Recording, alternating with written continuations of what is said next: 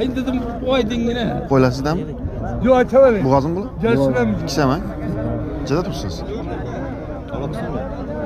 Çağrıma vermedim de tırttılar. Ben Doğrusu bir çağırma vermedim. Doğrusunu havaya He, gibi Aksu, çağırma vermedim. koylarına. Keşke okşadı bunlar ha. Şimdi ne Mart'ta doğacak. Nadir. Hakiki o. Nadir. Hayır. Açımını.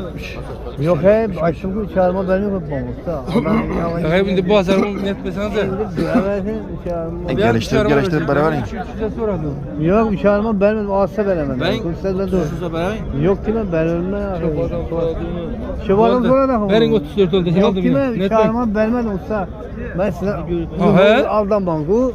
Aldamaktan var ya. İkinci para içinde. Birinci bala bu. Sen birincisi içinde. Hava. Bak.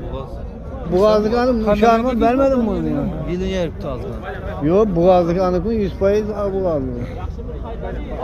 34 oldu bu. Yok değil mi? Geliştirip Ha geliştirip 4 yani 34 diye atıdım zorladı o. Doğru mu? Geliştirip beraber yiyin. Yok, Acayip geliştirip tuttu. anlayamam. Azam bak ha. Bu açılık edip Ali yatırmaz bunu hele. Kuda biledi kimdi çiğe soranı. Ben aldım tabii. Şimdi sonralarını koy. Hava. Belki uzaya kanat koy. Yok yapar. 400 mesela ben de balık geçmiyor ki. Ben çiftliğinde 34'e pul ben yatırmayın. Yok ben ölmem. Bu doğru mu? Allah daha Yine adam pulum sorap kisem gitmedi. dedi. Bırak. Dolar veremezse dolar içi. Dolu Yavuşadı adam oladı mı? İyi beni yapışadı adam. 1 milyon 190 mı? Oldu. Ne etkisi? 34 dedim.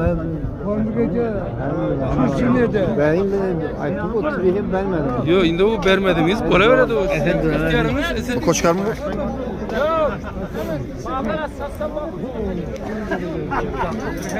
Murat. Ben adı. Kozu bula. Çazan pulu hakim. Şarından bula. Bana söyle.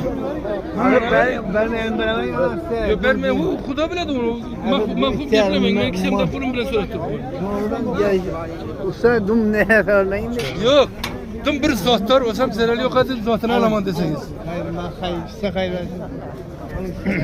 Oldu. Onu darvaza çıkarıp pul verebilir. Hava. Hiç son